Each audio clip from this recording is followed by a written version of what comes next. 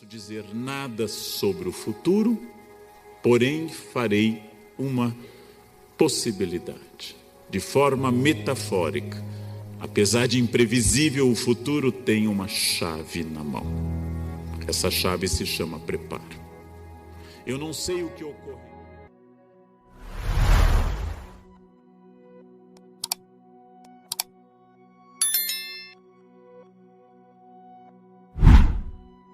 Vivemos um momento atípico no Brasil, um momento de crise econômica que não é a mais forte da história deste país. Já tivemos inflações notavelmente maiores, mas nunca tivemos um tal grau de desilusão política e um tal grau de falta de crença na ética da coisa pública. Nunca antes na história desse país nós tivemos tantas dificuldades em pensar a coisa pública. Esse é um momento complicado. Ao mesmo momento em que as pessoas começaram a perder a crença no diálogo dos dois lados, perder a crença no diálogo, o que é sempre problemático. Para um historiador, os riscos da perda da crença no diálogo são gravíssimos. Hoje eu sempre aponto um exemplo no mundo de um país onde o diálogo morreu por completo. Esse país se chama Síria e é um risco permanente. Lá ninguém mais dialoga com ninguém e o resultado é uma população se atirando ao mar para tentar fugir deste inferno. Bem, vivemos um momento de certa instabilidade política. Não sabemos quem nos governará no final deste ano, nem no ano que vem. Vivemos um momento em que a crise econômica começava a passar, mas graças à nova crise política, ela vai ser nossa convidada por algum tempo. E um momento de crise é um momento que separa os amadores de profissionais. Todos podem dirigir numa estrada fácil e asfaltada. Poucos podem dirigir numa estrada difícil. Chegou o momento exatamente de pensar o nosso pessimismo. Nós, brasileiros, normalmente éramos muito otimistas, talvez até um pouco bobinhos, comparado com países europeus. Sorríamos por qualquer coisa. Estamos num momento atípico de pessimismo. Apesar de fazermos muitas piadas em WhatsApp, nós temos um momento atípico de pessimismo. E agora eu vou testar a idade das senhoras e dos senhores. Não precisam se identificar. As pessoas que lembram dessa personagem, a hiena, as pessoas que lembram do mote dessa personagem, do moto, ó vida, ó céus, ó azar, sabem que essa hiena é, ironicamente, já que as hienas a gente diz que elas riem sem parar, era uma hiena depressiva, melancólica. E sabem que os pessimistas quase sempre têm razão. Os pessimistas profetizam coisas que acontecem. E nesse desenho em particular, essa hiena pessimista profetizava que as coisas dariam errado e geralmente elas davam errado. Logo, é importante para o planejamento da vida pessoal e profissional ter um pessimista na equipe, porque ele vai lembrar dos riscos do excesso de esperança. Ele vai lembrar que se vocês pretendem traduzir para o português uma poesia épica de 10 volumes, talvez a tarefa seja excessiva. O pessimista, que geralmente está no departamento financeiro das escolas, é aquele que é preso à planilha Excel e jamais vai pensar muito fora deste quadrado. Então, é importante que vocês tenham um pessimista na equipe, mas no máximo um, que é o que uma família e uma empresa toleram de pessimismo. No máximo, um pessimista. Para planejar a vida, vocês precisam de um pessimista. Mas eu vou fazer uma crítica ao pessimismo. A crítica está na imagem seguinte. Vemos aqui a hiena provavelmente anunciando: o continente está distante, a insolação é certa, há tubarões, a vela é ridícula e este remo vai nos fazer andar em círculos. Em tudo isso ele tem razão. Mas vejam, ó senhoras e ó senhores, ele não está fazendo, agora, vamos ver como vão traduzir isso, ele está fazendo sêmen algum. Não está fazendo nada. Quem está fazendo é o leão, que era otimista. Há riscos, há problemas, mas ele está trabalhando. Para trabalhar, para vencer, para crescer, eu preciso ser otimista, obsessivamente otimista. Nenhum de nós aqui, aqueles que são, teríamos casado se fôssemos pessimistas. As estatísticas contrariam os nossos desejos e sentimentos. Casamento é um submarino, pode flutuar, mas seu destino é afundar. Se eu casei é porque eu superei as estatísticas e a dinâmica interna do casamento. E se eu tive filhos, é porque esse meu otimismo é doentio. Não há pior investimento no planeta Terra do que filhos. Caríssimos, demandam atenção constante, retribuem pouco ou nada. Em algum momento dizem: eu te odeio, e ao final nos colocam num asilo. Isso é.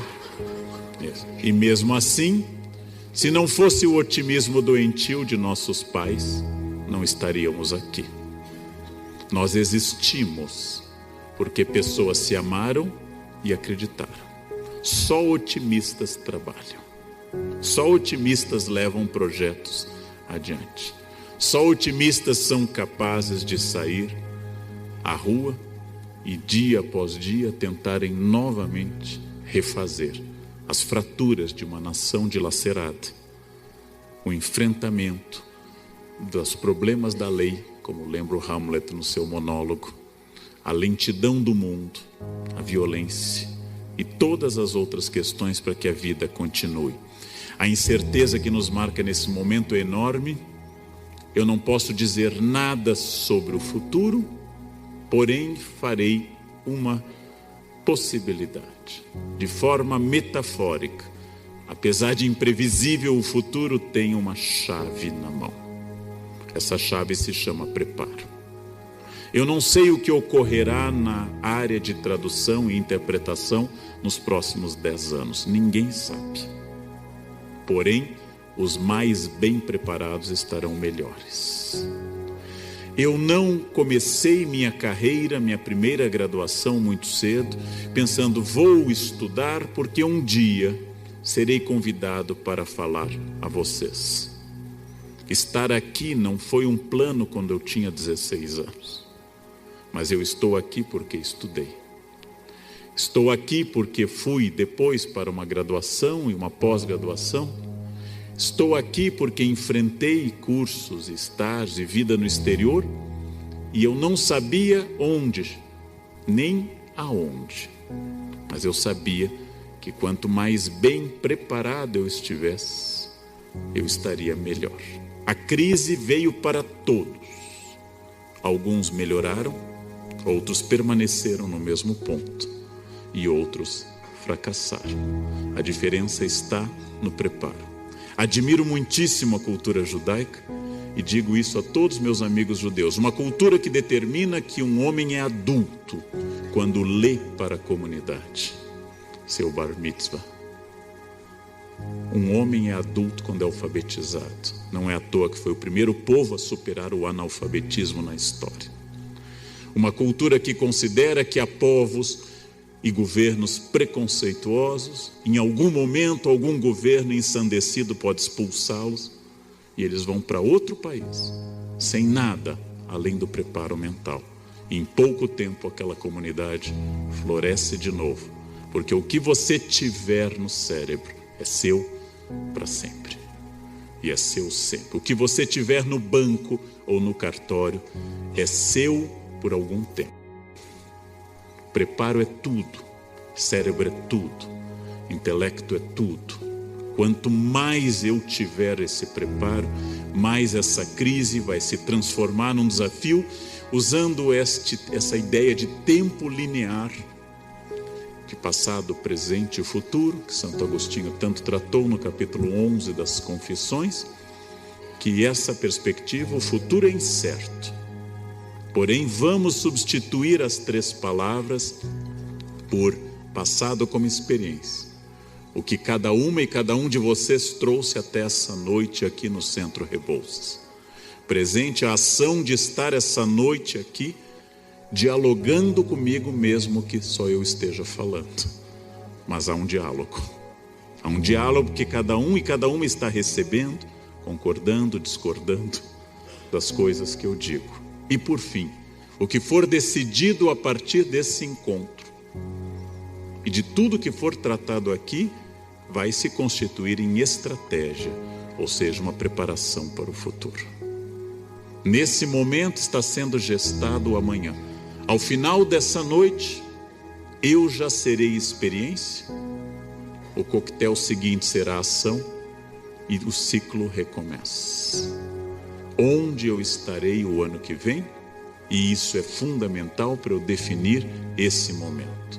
E é fundamental que vocês saibam que o que nos faz ir para frente chama-se erro. Eu hoje dou aula melhor do que eu dava há 20 anos ou há 30, porque eu, Leandro, errei bastante. Tento apenas não errar no mesmo ponto 2 vezes. Eu, Leandro, errei e a cada erro estabeleci uma nova estratégia. Vocês conhecem o ditado mais comum e linear, que se chama errar é humano. Mas vamos aprofundar essa ideia. A primeira empresa do mundo chamou-se Éden Limitada. E seu chefe contratou 2 pessoas dali, sem seleção externa. Fez uma semana de compliance e disse: só tem uma regra nessa empresa. Não pode comer dessa fruta. Está sob estudo, é transgênico. Nós estamos tentando algumas coisas com essas frutas. Só isso, o resto tudo pode. Tudo pode. Os 2 funcionários foram direto na árvore, comeram, foram demitidos por justa causa. Foram para o mundo, tiveram 2 filhos, Caim e Abel. Caim matou Abel. A primeira família do mundo, a mais perfeita, a mais próxima de Deus, tem 2 infratores, um assassino e um cadáver. Pensem. A família que não tinha sogra, a família que tinha tudo para dar certo, gente. A família que não tinha Natal para decidir onde passar. A família que não tinha almoço de domingo, tinha tudo para prosperar. Esta família resultou em 75% de fracasso e 1 morto. Errar é humano. Esses são os nossos pais fundadores. Errar é humano.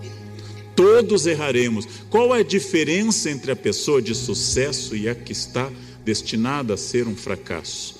É quanto cada um de nós aprende do erro, da aula mal dada, do texto traduzido errado, da atitude politicamente errada, de um surto.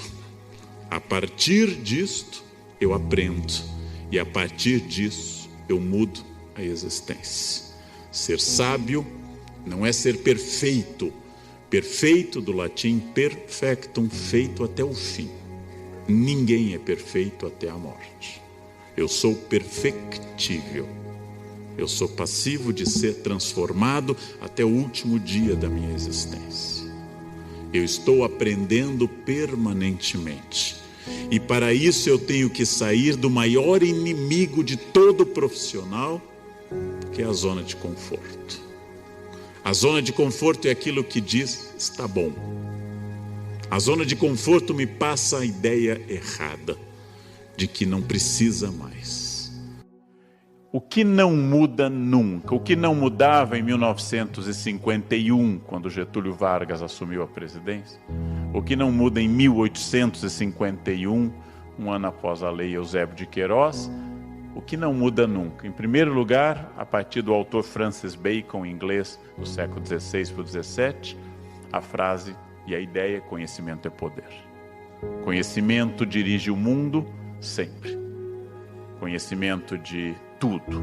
Conhecimento é poder. Francis Bacon lançou essa ideia no seu livro Novum Organum e ela é fundamental para nós.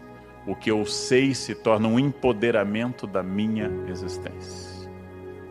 Excluir, por exemplo, populações pobres de uma educação efetiva, excluir mulheres da escolaridade, foi uma estratégia de controle. Sempre foi uma estratégia de controle, porque o conhecimento é poder. Os judeus têm uma noção que eu acho admirável, de que alguém é adulto. Um rapaz judeu se torna aos 13 anos adulto quando ele sabe ler a Torá e ler para a comunidade. E ao ler, ele ganha o estatuto de adulto. Os judeus foram o primeiro grupo humano a superar o analfabetismo.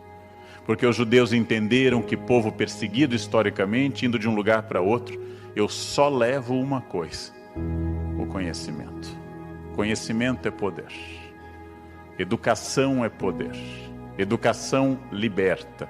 A boa educação liberta. Sempre com a advertência de Paulo Freire: quando a educação não é libertadora, o sonho do oprimido é se tornar opressor.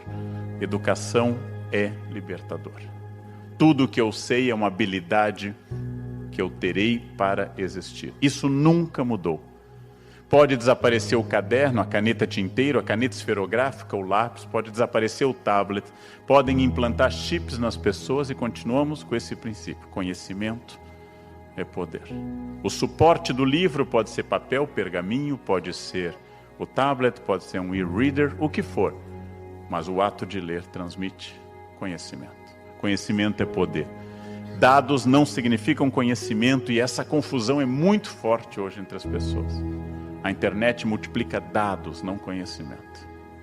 O fato de eu ter todas as poesias do mundo na internet, na rede, não significa que as pessoas viraram bons poetas.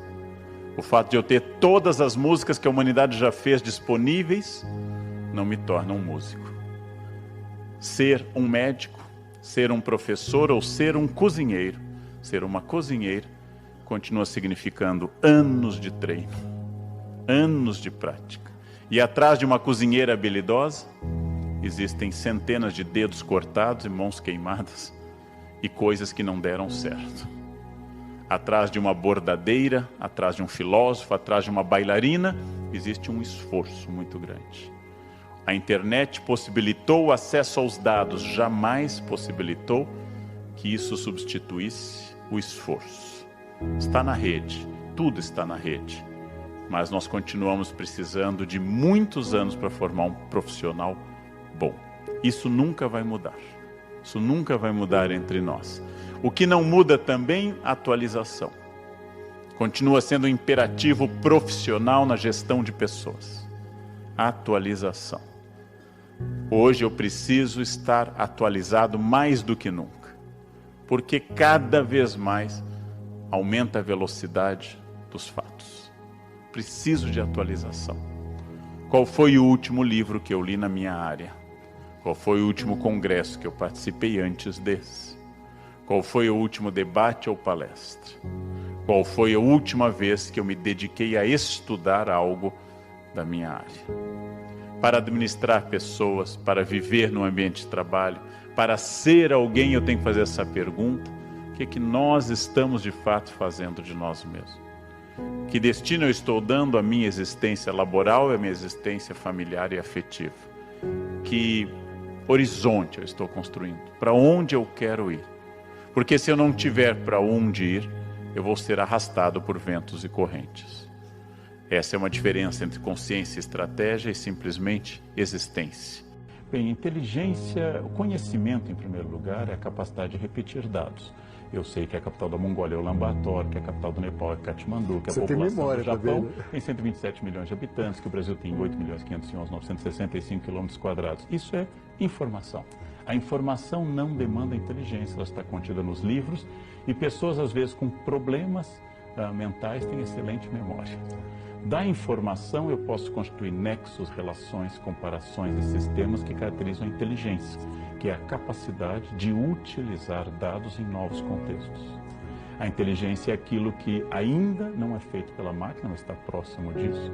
A inteligência é a capacidade de pegar dados e aplicá-los a questões racionais cada vez maiores. E cada vez mais se fala naquilo que na filosofia se chamava sabedoria e na psicologia contemporânea se chama de inteligência emocional. É a capacidade que não tem a ver com informação, nem com inteligência, mas é equilíbrio diante das questões, dar o valor devido a cada fato e dar a importância adequada a cada reação. Não se estressar por coisas irrelevantes. Isto é sabedoria. A sabedoria pode melhorar com a idade ou ela pode piorar também. Pessoas podem E onde piorar. é que entra Freud nisso? Freud, para mim, ontem eu dizia em sala, é cada vez mais uma referência, também seu seguidor Lacan, que é a capacidade de entender que a nossa reação às vezes não é inteiramente racional. Freud é uma das grandes marteladas na crença racional do ser humano. Ou seja, que eu, Leandro, aos 53 anos, sou alguém muito controlado pelo Leandro criança. E que as minhas escolhas, que eu advogo como escolhas livres, sábias e ponderadas, são escolhas dadas por condicionamentos que estou respondendo a um imaginário guardado de um passado infantil. Freud foi uma desconstrução do otimismo humano na racionalidade. Talvez seja uma grande martelada no iluminismo, apesar de Freud ser ateu, racional, metódico, médico, psiquiatra, estudante do Dr. Charcot em Paris, depois clinicando em gênio, né? Um gênio em vários sentidos, um gênio da escrita, um homem de cultura impactante, que colecionava objetos, textos muito bons.